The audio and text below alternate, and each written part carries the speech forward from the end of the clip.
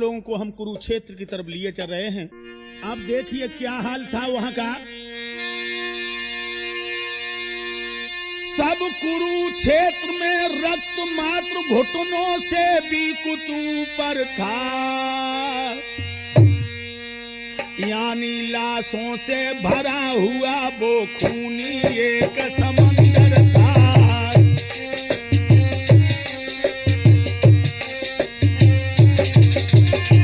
समझ लीजिए एक खूनी समुंदर है जहां कुरुक्षेत्र में 18 सोनी सेना 18 दिन में मरी। घायल मुर्दार नीम जान बहते हैं वो कहीं अटकते हैं। अब भी आपस में गुथमुट कर झुरमुट में हाथ झटकते हैं। समझने की बात है दोस्तों, जो लाशें खून में तैर रही हैं वो आपस में टकराती हैं तो ऐसा प्रतीत होता है कि मरने के बाद एक दूसरे का खून पी रहे हों। रवि मास लाल, आकाश लाल, बादल भी लाल हो रहे थे। उस लाल लाल रण के स्थल में भारत के वीर सो रहे थे।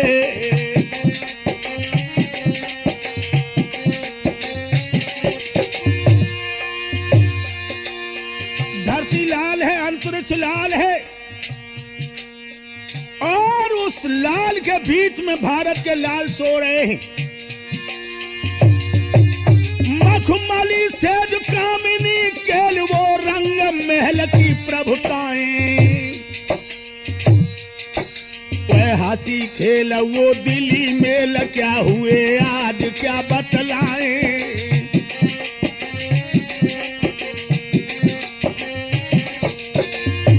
लोगों जो बहादुर अपनी मंगल मुखियों के बीच में बैठ करके उन्हें बार बार चूम के लाड़ करते थे, दुलार करते थे, आज उनकी लाशें उनकी याद चील और कौए निकाल रहे हैं।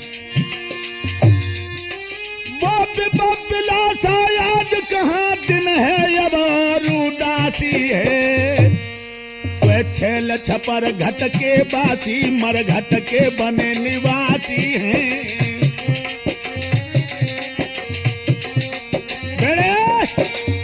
ध्यान रखना दोस्तों, जिंदा पे जिनके शरीर बड़े बड़े महान योद्धाओं ने नहीं छू पाए और मरने के बाद आज उनकी आंखें शेर और कौआ निकल रही।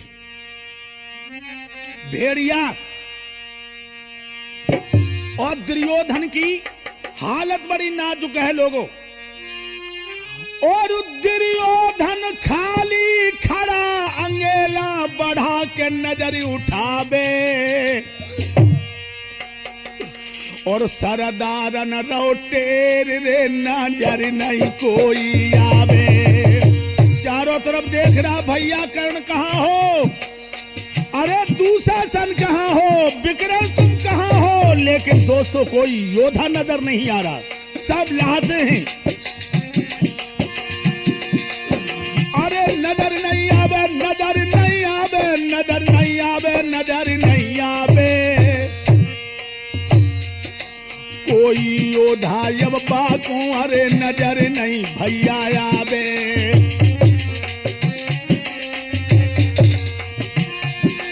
और बोसाई पोशाक बनियाई खा के सही समझावे, सही समझावे। बन के अनाथ दुर्योधन यार चिल्लावे, बन के अनाथ दुर्योधन यार जो चिल्लावे।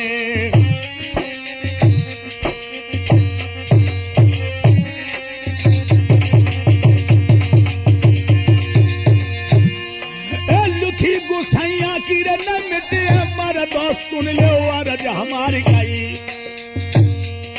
और हाल बुरो है रण के थन को कैसे समझा मेरे आधारे।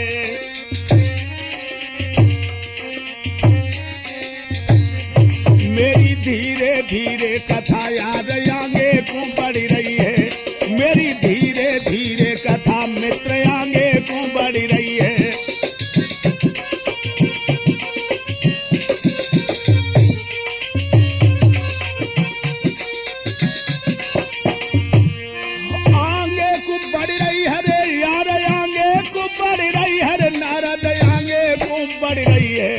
मेरी धीरे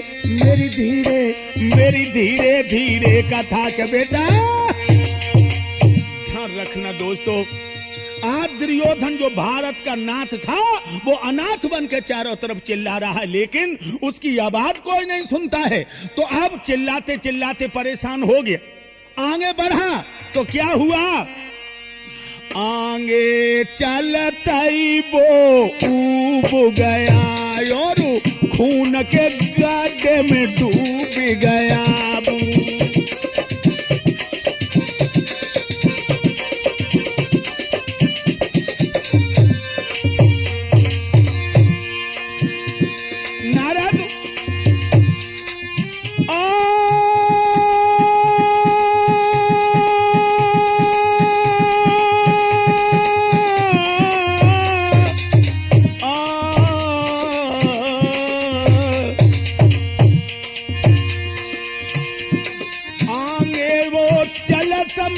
डूब गया और खून के गड्ढे में डूब गया।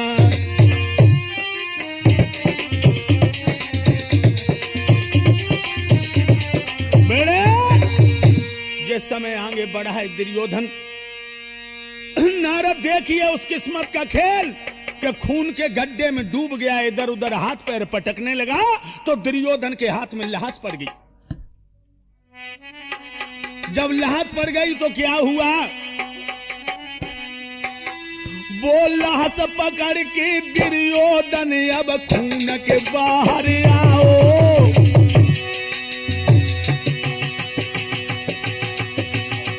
किसकी थी वो लाश, मर के प्रकाश में देखा तू है लक्ष्मण बेटा दर्शाओ। जिस समय मुकुट की मणि के प्रकाश में देखा है दुर्योधन ने, तो कोई लाश और नहीं थी, दुर्योधन के बेटा लक्ष्मण की थी। महाराज छोड़ी दई कुरुपत ने डिडकार, और धन्य धन्य ओ पूत करो जिंदा को बाप को पार। महाराज छोड़ी दई दुर्योधन डिडकार, और धन्य धन्य मेरा पूत करो तूने मरने पे पार।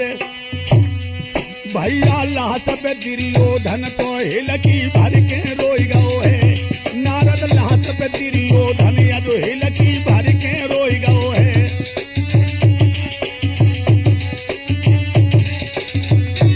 आज रोई गओ है, आज दुर्योधन बिलखो है, यारो लाश पे धर के मूर के राजा।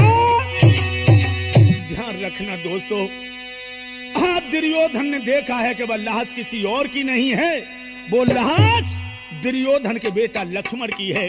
तो आज लाश पे मुंह धर के फपक फपक के रोने लगा और कहने लगा, बेटा लक्ष्मण बस मैं उद्धार हो गया। अरे जो जग से निराधार भागा था वो कुल सपूत ने पार कर दिया। सच्चे सपूत अपने कुल को मर करके भी पार लगा देते हैं, लेकिन कपूत कुल के कलंक दोनों ही आन डुबाने में तैयार रहते हैं बेटा। और भक्तों, इस तरह से दुर्योधन दुखी है।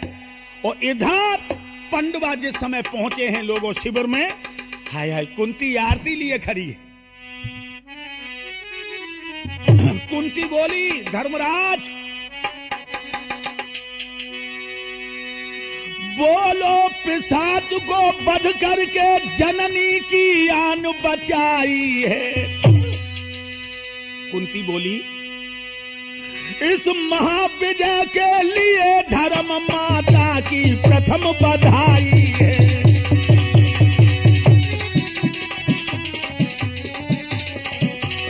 अरे बेटा धर्मराज, जब मैया की पहले तुम्हें बधाई है, जो तूने वह दुष्ट दुराचारी दुर्योधन को मारा। एकदम से धर्मराज चौंके और मां का मुंह देख के बोले, मां क्या कह रही हो?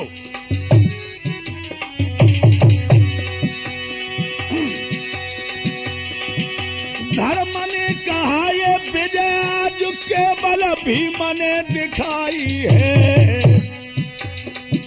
इसलिए पांडवों में पहले भटवर भीम को बधाई है।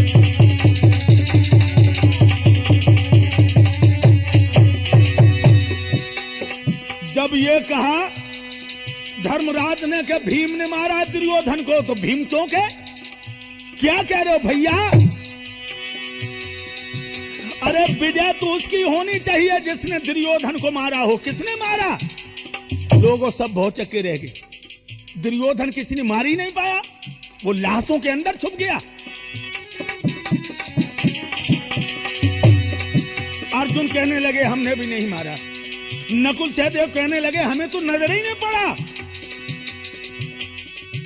कुंती ने थारी तुरंत जमी पे डारी। उसी समय आरती की थाली जमीन पे पटक दी।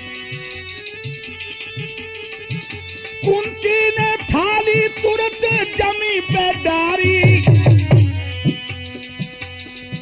अब समझ गई जे भार भये तारी। अब मैं समझ गई कि हमने प्रथा तुम्हें कोख में रखा। अरे जब राजा ही नहीं मरा तो सेना का खून खच्चर बेकार हुआ। और कहने लगी कुंती, याद होगा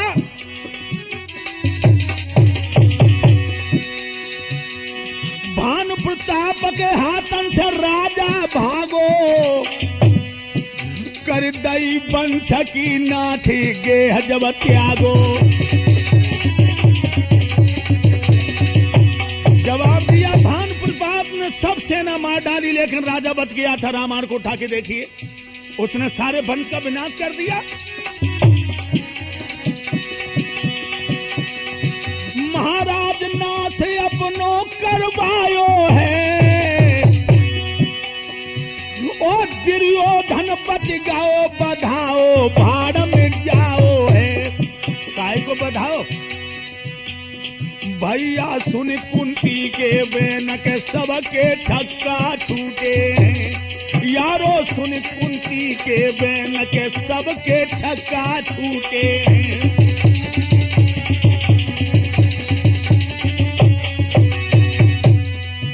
एकदम कुंती कहने लगी जब दुर्योधन ही नहीं मरा तो बधाई और बधाओ काय को? पटक दी थाली और कहा कि भानु प्रताप ने राजा ही को छोड़ दिया था, जिसने बाद में जाकर नाश कर दिया। अरे सेना का खून खच्चर बेकार हुआ। भगवान कन्हैया मुस्कुरा के कहने लगी फूफी, अरे मोहन ने गिरा रे उचारी।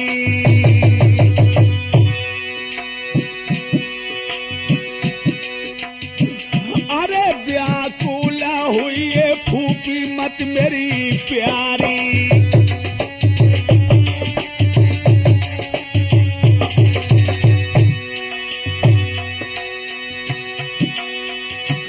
अरे हम जाए राय ढूंढे शिकारी, और फूफी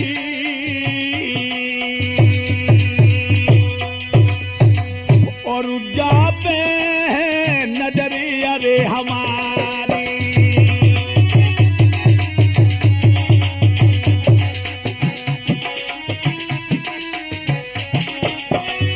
कहने लगे भगवान कन्हैया फूफी चिंता मत करो, ये शिकारी उसी शिकार को ढूंढ के लाएंगे जो अभी तक हम लोगों के निशाने पर नहीं आया। और उसी समय कुरुक्षेत्र मैदान की तरफ पांचों पांडवों कन्हैया बढ़े। हाय हाय कैसा था वो कुरुक्षेत्र का माहौल। जिस जगह विश्व के वीरों पर गीदड़ अधिकार जमाए थे, जिस जगह हिंद के हीरे सब मिट्टी में मोह लटकाए थे,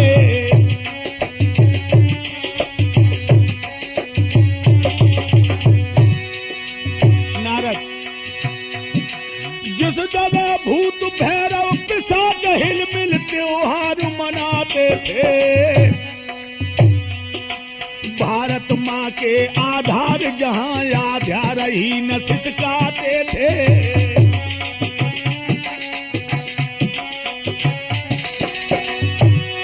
भारत माँ के अधिकार जहाँ आधार है न सिसकाते थे।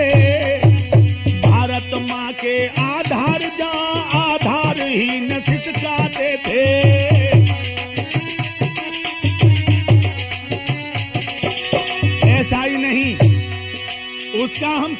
दृश्य आपको दे रहे हैं वो रणभूमि का। योगिनी प्रेत खप्पर भर भर चौतरफा रक्त उलीच रहे, उन सूखी आशा बेलों को खूनी धारों से सींच रहे।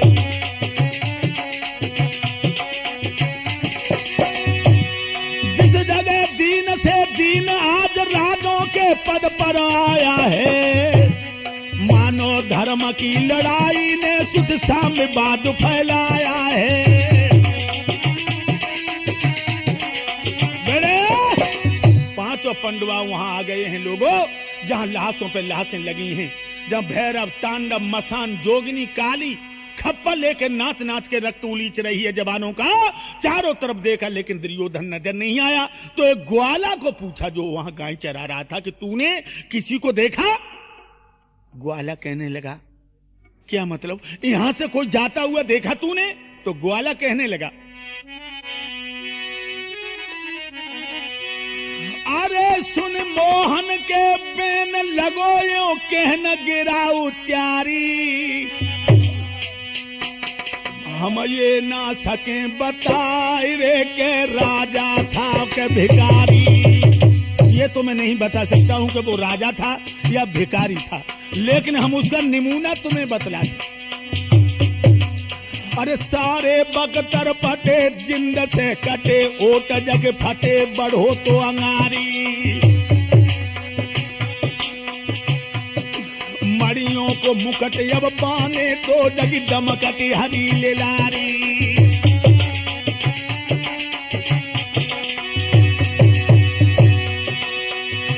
दमके लिलारी भैया दमकती हती लिलारी रे, लिलारी रे हाय लिलारी।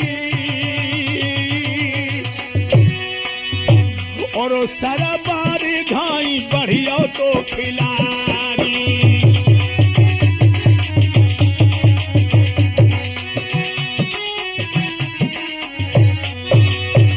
कहने लगा है वो ग्वाला, ये नहीं बता सकते वो राजा था कि भिखारी। इतना जरूर था कि उसका मुकुट मड़ियों से जगमगा रहा था, लिलार दमक रहा था, वस्त्र बिल्कुल फटे थे, शरीर में कई जगह हथियार लगे, वो कटे हुए अंग थे उसके, और बहुत ही व्याकुल था वो।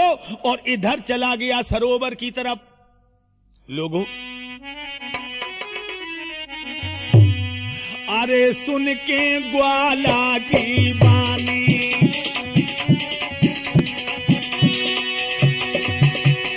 अरे सुन के ग्वाला की बानी, बानी गजब भवानी और हंसिए मन मोहन ज्ञानी।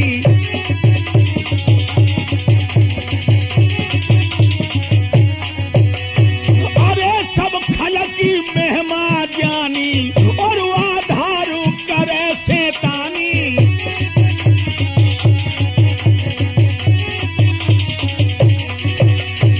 जब ये कहा कि सरोवर की तरफ गया है, भगवान समझ गए कि शैतान अपनी करनी से बाज नहीं आएगा, ये सरोवर में गया। लेकिन दोस्तों सरोवर में अभी नहीं गया दुर्योधन। उधर जाने के बाद वो दुर्योधन वहां से मुड़ करके कहां पहुंचा? महलों में। हाय हाय, ये तो समझ ही चुका कि सब भैया मर गए तो मौत तो मेरी भी निश्चित है, लेकिन अंतिम मिलन है। भानुमति के महल में पहुंचा अपनी पत्नी के, और जो भानुमति ने भक्तों देखा अपने पिया को, हाय हाय, आबत देखे पिया मंगन बहिया दुख भी भारी। और हाथ पकड़ के ले गई रे के अंदर प्राणन प्यारी। पहले तो खुश हुई, लेकिन जब भिखारी की दृष्टि देखी, ये तो भिखारी लग रहे हैं, तो दोस्तों कलेजे में धक्का हो गया। आसन दियो नवाई लाओ बैठारी, वीर बलधारी वीर बलधारी। तब भानुमति ने रोए रोए गिरा उचारी। महाराज क्या हो गया तुम्हें? ये भेष देख उठते उठते ठिठकी रानी चगरानी सी।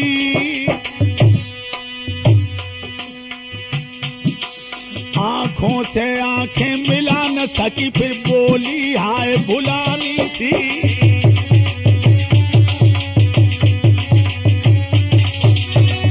क्या बोली है भानुमती दुर्योधन की पत्नी? हाय हाय सैया क्या हालत है, कंपित हुए रहे लुटाने से। नरपति हो किंतु बिकाने से, आए हो पिया भुलाने से।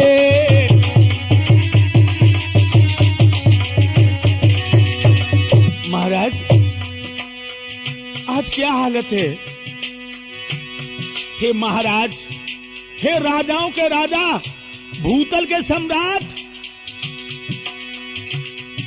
सारा शरीर लोऊ लुहान पट भूषण कहां गमाए हैं। आंखें न ठहरने पाती हैं, आज तो बहुत घबराए हैं।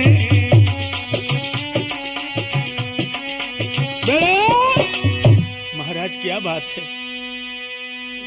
अरे पटभूषण भी नहीं है, सारा शरीर लोऊ लुहान है।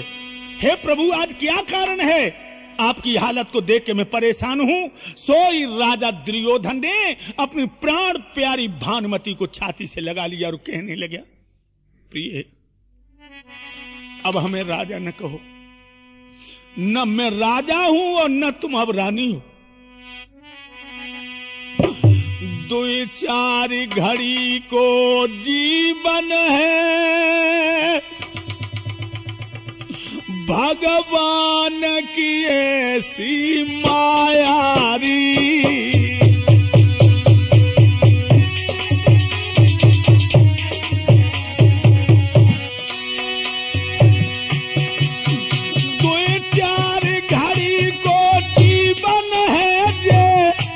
समय की मायारी और तेरो मोह अरे रानी आंगन में खींच के लाया री।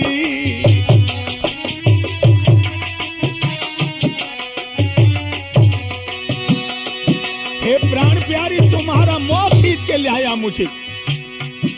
भानुमती अपने पिया के गले में बाहें डाल के रोने लगी। आज दुर्योधन की आंखों में जिंदगी में पहली बार आंसू देखे थे उस भानुमती। कहने लगी महाराज बताओ तो हुआ क्या? कहने लगा हो चुकी है सेना सब संहार, वीरों का हुआ सपाया है।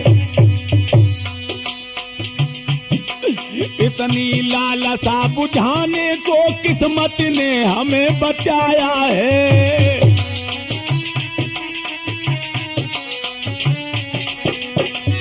प्यारी तेरा प्यार मुझे खींच के लाया। भानुमती भी रोने लगी तो आज दुर्योधन अपनी प्यारी से बोला, मैं भी शांति से बयान करूं रो मती देवी, वीर की औरत कभी रोती नहीं है। भानुमती कहने लगी नाथ मेरे प्यार में तुम्हारी आंखों में आंसू आ गए। मैं भी शांति से बयान करूं इतनी सुर से दुआ करो, सीता में आखिरी भेंट करो, अपने राजा को विदा करो। बेड़े कहने लगा हे प्रिय इस समय रो नहीं, आखिरी भेंट और अंतिम विदाई दो हमें। दोस्तों भानुमती कहने लगी, भानुमती कहने लगी पति हुआ न तुमको चेत, अब पछताए कहा करो जब चिड़िया चुंग गई। अब क्या होगा? बार बार तुम्हें समझाया कि 5 गांव पंडवाओं को दे दो, तो तुमने कहा कि बिना युद्ध के सुई की नोक पर नहीं देंगे। और जब कन्हैया संत दूत बन के आए तो तुमने कहा बिना युद्ध के नहीं देंगे, और जब हमने समझाया तो तुम हमें मारने को दौड़े को ओरी नालायक। वह कन्हैया की अदा पे पागल हो रही है, तू उसे भगवान बता रही है। अरे बंसी जरूर अच्छी बजा लेता है, तुमने हमसे ये कहा था। और पिया तुम्हें ना पतो कि वह कन्हैया की बंसी नहीं, बंसी बन के तुम्हें मछली की तरह फांस लो। इसलिए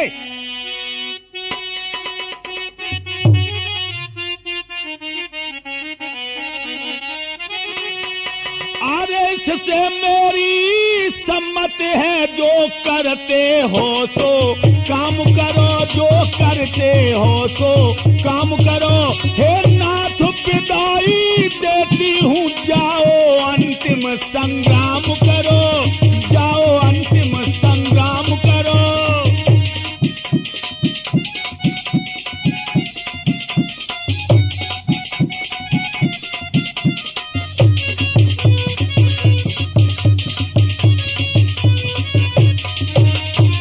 दुर्योधन को जब विदाई दी के जाओ, अपनी आन पे मर जाओ। दुर्योधन ने हाथ जोड़े तो लोगों सोई भानुमति दुर्योधन के पैरों पे गिर पड़ी कि महाराज ये हाथ कभी नहीं जुड़े हैं, आज हमें जोड़ रहे। जब जोड़ों पर भी दिल न जुड़ा, तो अब हाथों को जोड़ो ना। छोड़ दोगे छोड़ दो ने पर वीर प्रतिज्ञा, तोड़ो ना पर वीर प्रतिज्ञा, तोड़ो ना।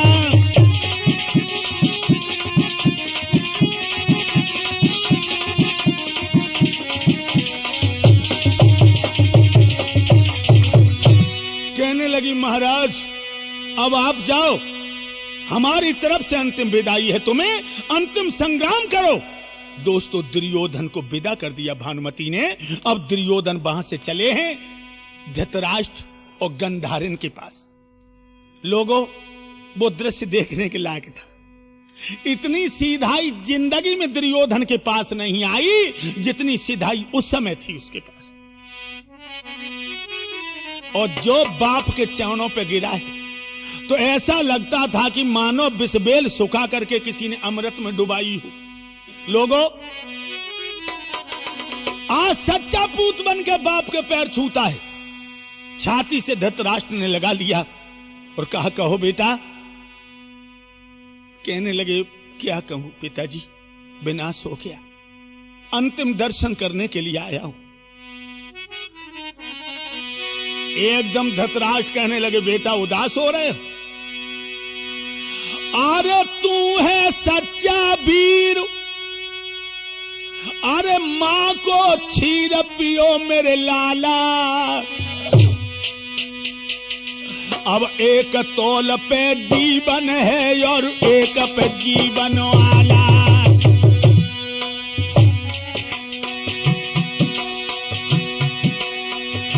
अरे के जीवन वाला है जीवन वाला, जीवन आला के जीवन आला। और एक तौल पे आने है के एक पे जीवन आला। बेड़े अपने जीवन से उदास होने की कोशिश न कर।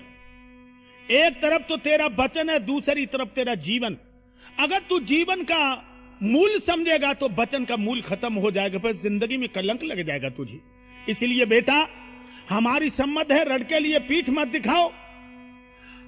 धन परिवार सब गमा बैठे हो तो प्रण के लिए अपने प्राण भी गमा दो। उसी समय गंधारिन रोकर के बोली। गंधारिन ने भी कहा अरे के हरि वीर, करती हूं क्षण मात्र में तेरा वज्र शरीर। गंधारिन कहने लगी पुत्र हम तेरे शरीर को वज्र का कर दूंगी। कैसे? अरे हुई जा मन में मगन और हुई के नग्न सामने जो आवे, तो पांडव क्या बेटा चले रे के काल विजय नहीं पावे। पांडवों की क्या है, काल भी विजय नहीं पा सकते। और सुन जा मेरे लाल,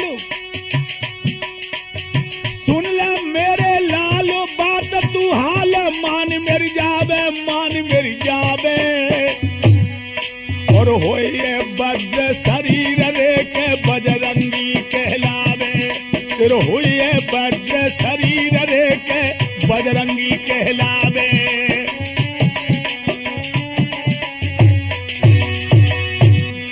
आज्ञा पालन ही कर तब है, मेरी नजर में तब था सोई अब है।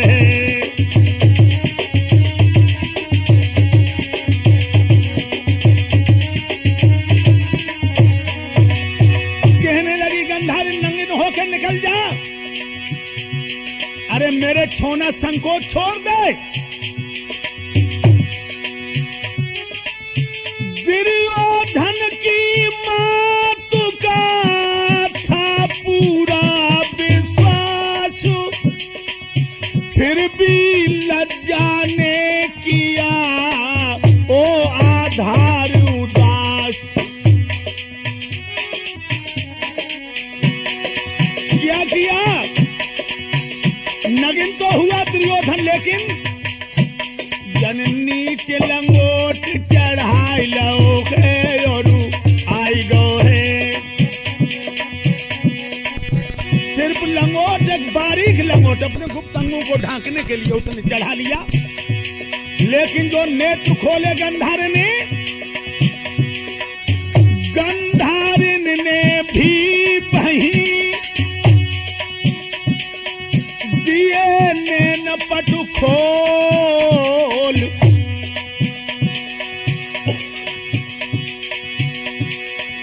पर हालत को देख के एकदम उठी है बोल, बेटा तूने धोखा कर दो है, तेरी मौत तो हाय मदरानी लाला तूने धोखा।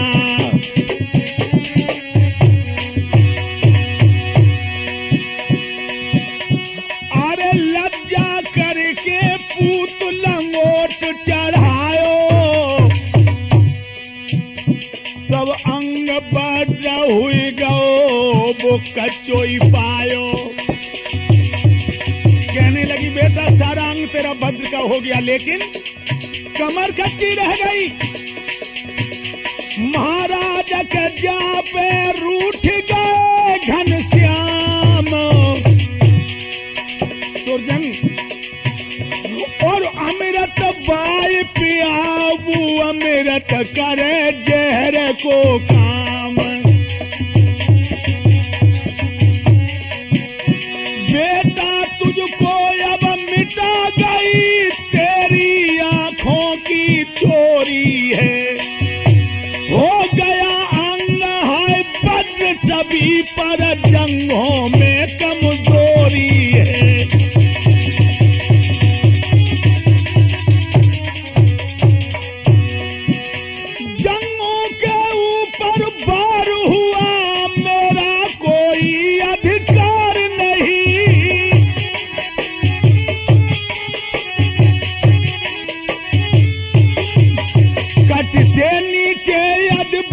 हुआ तो मैं अब जिम्मेदार नहीं।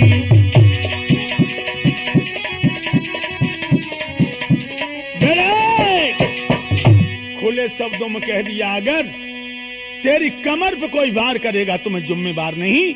वैसे तो जो भी तेरे ऊपर हथियार चलाया जाएगा छाती में लगेगा तो दो टूक हो जाएगा। धृतराष्ट्र कहने लगी, पुत्र अब थोड़े समय के लिए विश्राम कर लो, व्यास सरोवर में जाकर के आराम कर लो। लोगों, उसी समय मां बाप से मिलकर के कौरवनाथ विदा हुआ, और जिस समय व्यास सरोवर की तरफ बढ़ा है तो लोगों वो सरोवर कैसा था? वह महा अगाध सरोवर था, कोई न पार पा सकता था। हाँ, देवी शक्ति के कारण दुर्योधन ही जा सकता था, क्योंकि जल संबंध की क्रिया उसको मालूम थी।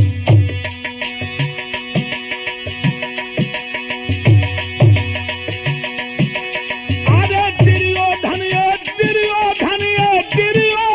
जा सकता था, दुर्योधन जा सकता था। हाँ, देवी शक्ति के कारण दुर्योधन ही जा सकता था।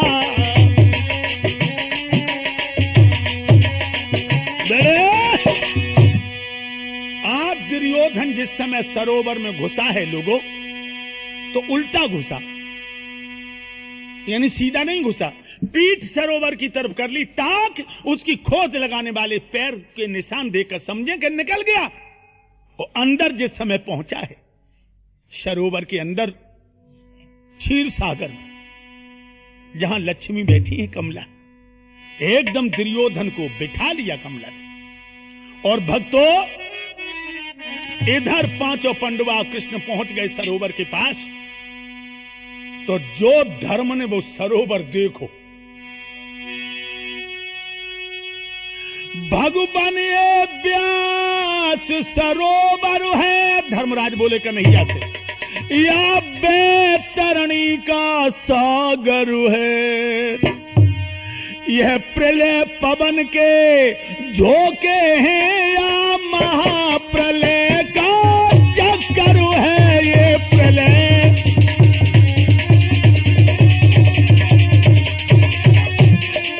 महाराज ये कैसा सरोवर है, धर्मराज कहने लगे, इसकी केवल लहरों से ही आंखों में चक्कर आता है।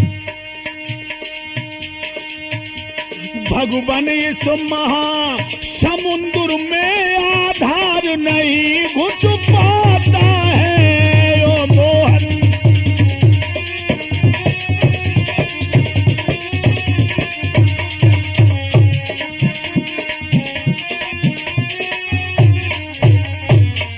महाराज जामे कैसे घुसा जाएगा, जाके लहरें देख करके चक्कर आ रहा। भगवान मुस्कुरा के कहने लगे, लेकिन याद रखो दुर्योधन गया इसमें, क्योंकि जल स्तंभन की क्रिया उसको मालूम है। एकदम से भीम कहने लगा तो युद्ध क्यों नहीं किया उसने, इसमें क्यों चला गया। भगवान कहने लगे इसमें भी कोई कारण है, इसमें भी कोई कारण है। क्या कारण हो सकता है, भगवान ने कारण तो छिपा लिया। दोस्तों दिमाग में रखना, जब उसको छुपा लिया, अब कहने लगे तो अब अंदर कौन जाए, अंदर कौन जाए। क्या डर के मारे छुपाए, एकदम कहने लगे नहीं, डर के मारे भी नहीं छुप सकता। तो भीम कहने लगे,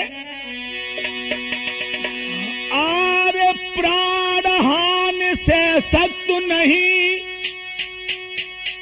तो अंदर क्यों आओ है। महाराज अगर ये प्राण की हान नहीं सह सकता, अपमान को बर्दाश्त नहीं कर सकता, तो अंदर क्यों घुसा।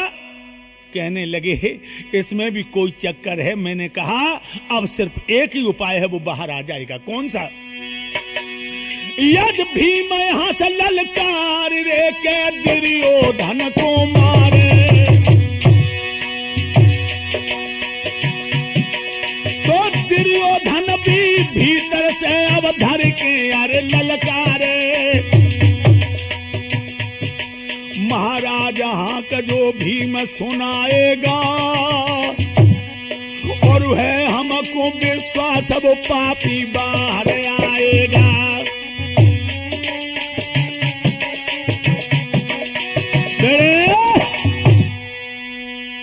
दुर्योधन के अंदर एक खास विशेषता है कि वो कभी बात को बर्दाश्त नहीं करता। भीम तुम ललकार मारो। सो भीम बोले, एकदम मैं के समान गरजा बोला, ओ कुल कलंक ओ कायर कपूत, सिंह का कान खुजलाया है। अब वह जोशों पर आया है तो चेतक नया दिखाया है। अब वो जोशों पर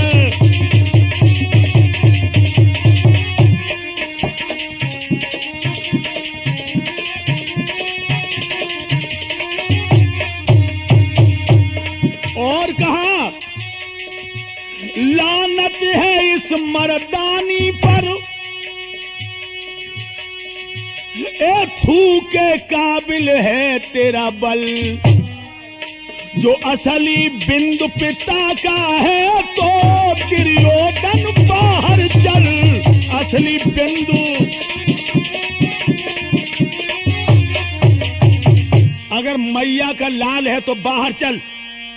दोस्तों, जो इतने वचन सुने हैं, एकदम से दुर्योधन ने गदा उठाई और जो चलने को हुआ सोई लक्ष्मी ने आकर के कलाई पकड़ ली। देखिए लोगों, इधर लक्ष्मी नाथ बुला रहे हैं और इधर लक्ष्मी इमदाद कर रही है।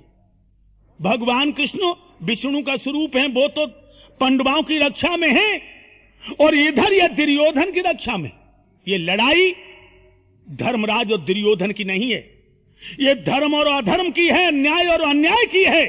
अगर भगवान कृष्ण पांडवों का पक्ष न बजाते तो धर्म हार जाता और अधर्म, न्याय हार जाता और अन्याय। एकदम से लक्ष्मी कहने लगी,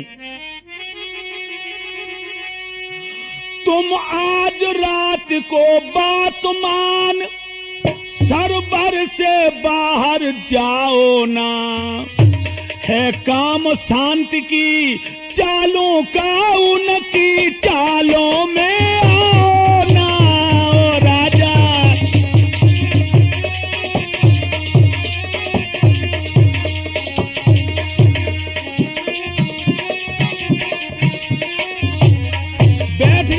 बैठ गया दुर्योधन। लेकिन दोस्तों, दुर्योधन ये सुन बैठ गया, लक्ष्मी बहुत लाचार पड़ी। लेकिन फिर से उन कानों में भीम की घोर ललकार पड़ी।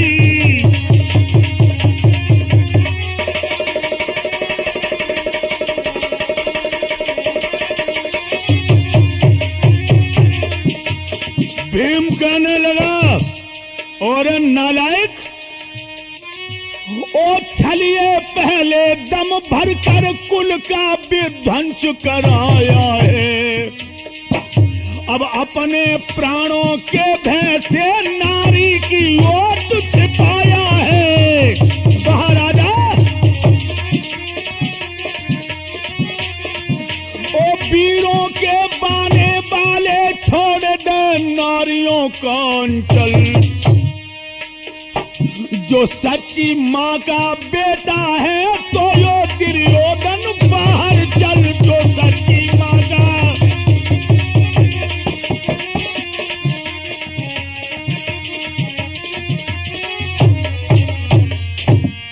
जो दूसरी ललकार मारी, एकदम दुर्योधन उठाओ।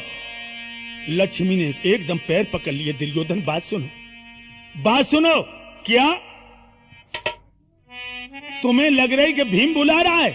भीम नहीं बुला रहा है, ये भीम की नई ललकार। बुलाए रहो काल मान लो मेरी, और बाहर जाता अब हुई रे लाश की राजा ढेरी। ये भीम की अहंकार नहीं है, बाहर जाते जाते तुम्हारी लाश की ढेरी हो जाएगी। दुर्योधन मान जाओ।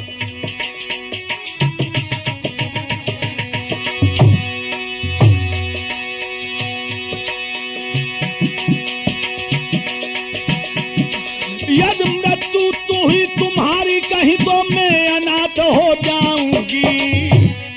ये भाग्यशील छोड़कर तुम्हें किसके दरवाजे जाऊंगी।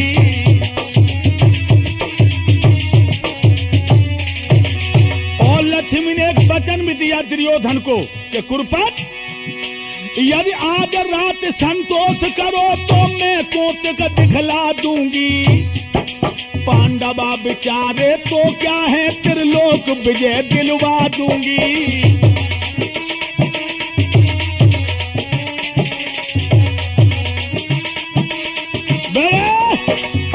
अगर और रात रुक जाओ रात में तो त्रिलोक विजय दिलवा दूंगी। पांडवा तो कोई चीज नहीं है। दोस्तों, कौरव पत ने इस बार भी बैठ करके अपने मन को मार लिया, किंतु तीसरी बार भीम ने ललकार मारी। क्या कहा? मालूम हुआ तू कोरी शान दिखाता था, सिंह के चाम में छिपा हुआ गीदड़ भभकी दिखलाता था।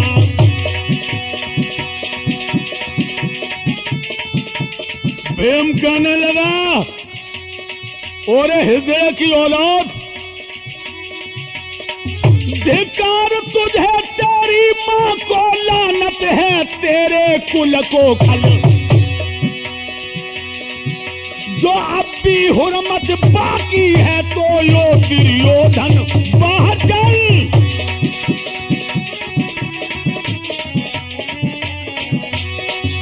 जो अब भी हुर्मत बाकी है तो यो दुर्योधन बाहर चल। दोस्तों, जो तीसरी अहंकार दई है, दुर्योधन ने गदा पटक दियो का, लक्ष्मी पीछे हटो। तुम तो वो औरत हो कि सारी दुनिया तुम्हारे ऊपर मिट गई लेकिन तुम किसी की नहीं हुई। हम मर जाएंगे, तुम्हें कोई दूसरा नाथ मिल जाएगा, लेकिन हमारी बात चली जाएगी, मैं मौका दिखाऊंगा, छोड़ दो मुझे। लोगों, लक्ष्मी ने पैर पकड़ लिए दुर्योधन के, लेकिन दुर्योधन ने धक्का मार के लक्ष्मी को हटा दिया और एकदम से बाहर आया। जो बाहर आया, महाराजा धर्मराज ने छाती ते लो लगाए रे, हिलकी भरी राजा रोए। भ्रात दुर्योधन, हम जय पाकर भी हार चुके, तेरी इसी त्याग पे रोए।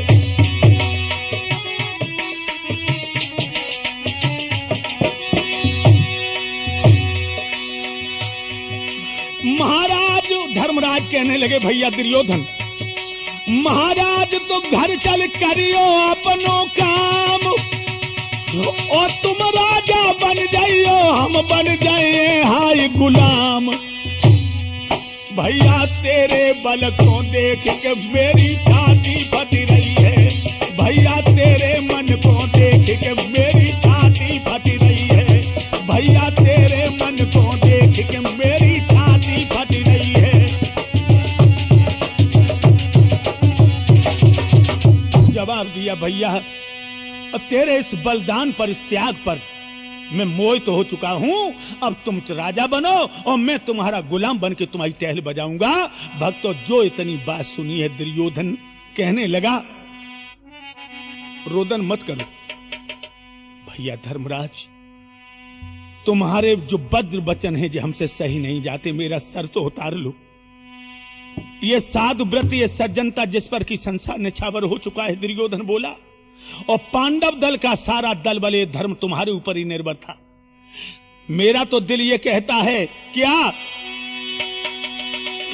दिल कहता है, न चरणों पे अपना सर्वस्व चढ़ा डालूं, पहना दूं पैरों में पनही, इस तन का चाम खिंचा डालूं।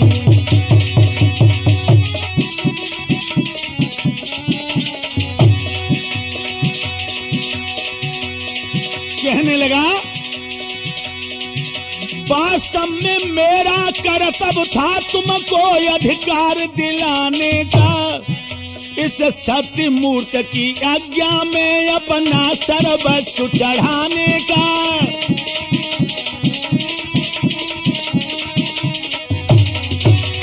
इसलिए धर्मराज, तुम तो अब जब धरती का राज करो, हमें स्वर्ग का राजा बनाओ। मत मांगो 5 गांव अब भी, तब वीर प्रतिज्ञा पालेंगे। हम कहें कि ना रत्ती भर देंगे, तुम कहा करो हम ले लेंगे।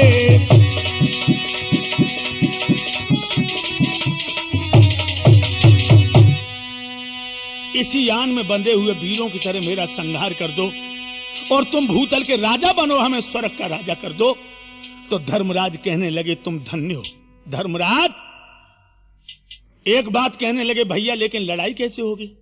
भाई तुम तो अकेले और हम 5, इसलिए तुम एक काम करो। क्या? यदि तुम्हें आन रखना है तो मेरे 2 भैया ले लीजो,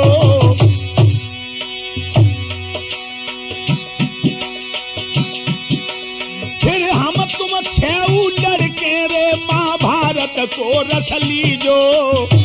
हमारे दो भाई ले लो जो तुम्हारे दिल में आए, क्योंकि तुम भी तीन हो जाओगे, हम भी तीन हो जाएंगे।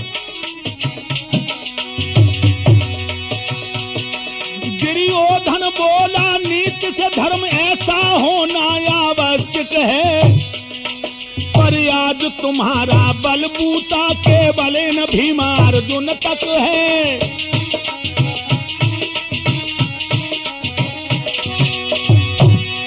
यदि इन्हें साथ में ले बैठूं तो अर्थ व्यर्थ हो जाएगा, वही चित फल है विजय लाभ आते आते खो जाएगा। धर्मराज दे देकर आंच खिला गुलबी तो बतलाओ वो खिलना क्या, दुश्मन की मदद से अरे स्वर्ग जो मिल रहा है तो मिलना क्या।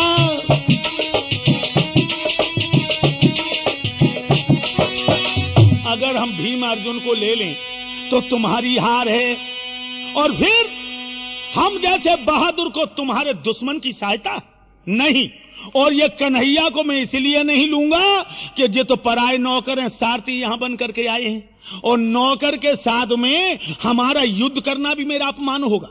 इसलिए अब तो भीम और हमारा जोड़ा है, उन्हीं के याद जाओ। लेकिन बात एक अटक गई। दुर्योधन ने भीम से देख करके कह तो दिया, कहने लगे नहीं नहीं राजा राजा की बरनी है।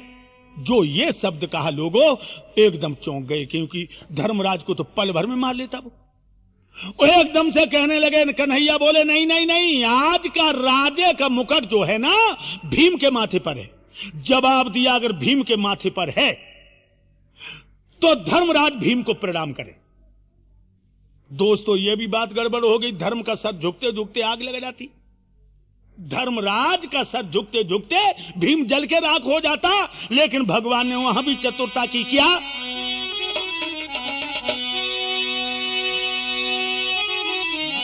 मायाधारी ने आंखों में संकेत सभी समझा डाले, और भीम के हाथ में प्रकट हुए मुरली बनकर मुरली वाले। हाथ में प्रकट हो गए। जो धर्मराज ने हाथ में भगवान को देखा, धर्म ने वहीं सिर झुका दिया, माधव का ध्यान लगा करके। दुर्योधन भी झट खड़ा हुआ, जीवन का मोह भुला करके।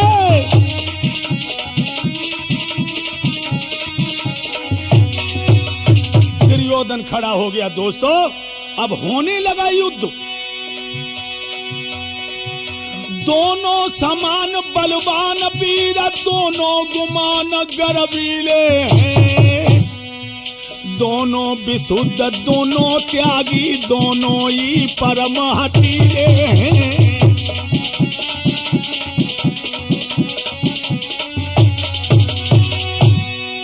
जब होने लगा मल्ल युद्ध, गदा युद्ध, हाथापाई,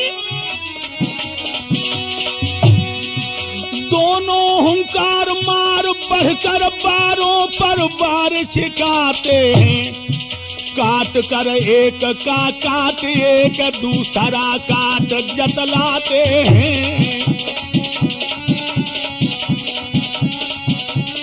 युद्ध हो रहा है लेकिन दो में से एक भी नहीं गिर रहा है।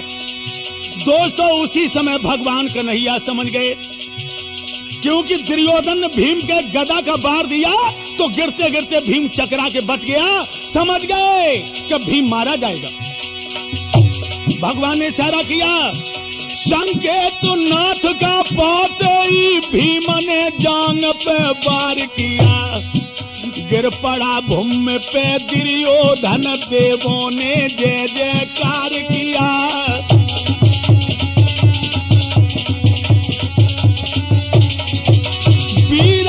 भूमि पर गिरते ही लात का प्रहार को डरने, तत्काल वहीं ललकार दिया उन धर्मशील सत सागर ने।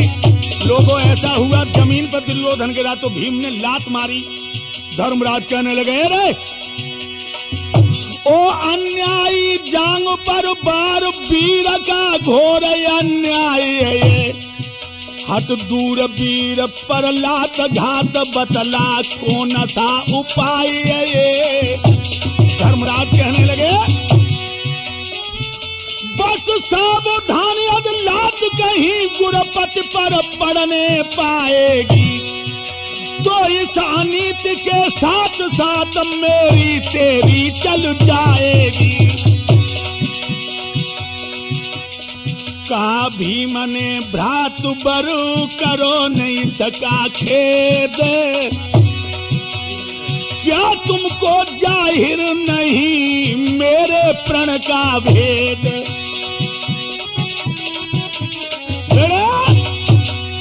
कहने लगे इसके बारे में आप धर्मराज दुखी न हो। तुम्हें मालूम होगा कि जिस समय इसने कहा था द्रौपदी को भरी सभा में लाकर क्या जनंगी करके मेरी तो जांग पे अर बैठा रो तब हमने कही जांग तोड़ के करें फैसला सारो।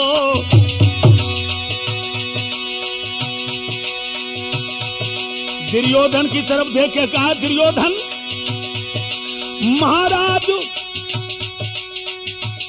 बात ना समझन आई थी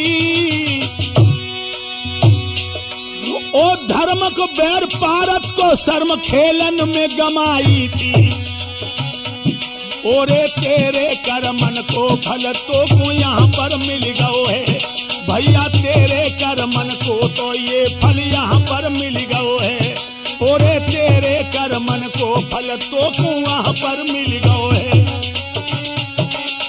बड़े तेरे कर्मों का फल तुझे दिया गया है। लोगों जब इतने शब्द का ये तौलों भगवान आगे बढ़ गए और कहने लगे सुनिए मोहन अपने जीवन रहते रहते दुश्मन को हमने दम नहीं लेने दिया दम और कदम साबित रहते देश में कदम नहीं देने दिया। अंतिम सांसों के तारों तक इस प्रणधारक का प्रण टल न सका। तुम ही चले गए अपने पद से लेकिन मुझे अपने पद से तुमने हटा नहीं पाया कन्हैया। फिर बचपन से बोलो आज तलक कितनी तो नीति निभाई है मेरे विचार में तो अब तक छल विद्या ही कहलाई है। इसमें कोई संदेह नहीं तुमने दुष्टों को मारा है पर यह अवतारी ताकत है इसमें क्या नाम तुम्हारा है।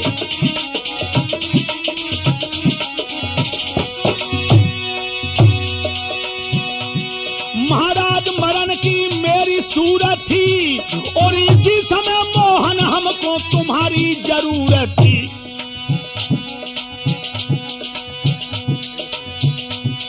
फिर इतने छलबल करने की तुमको भी कौन जरूरत थी। लेकिन विपक्ष ये बात है तुमने अब नाम डुबाया है हमने माना हम लोगों ने यार करनी का फल पाया है।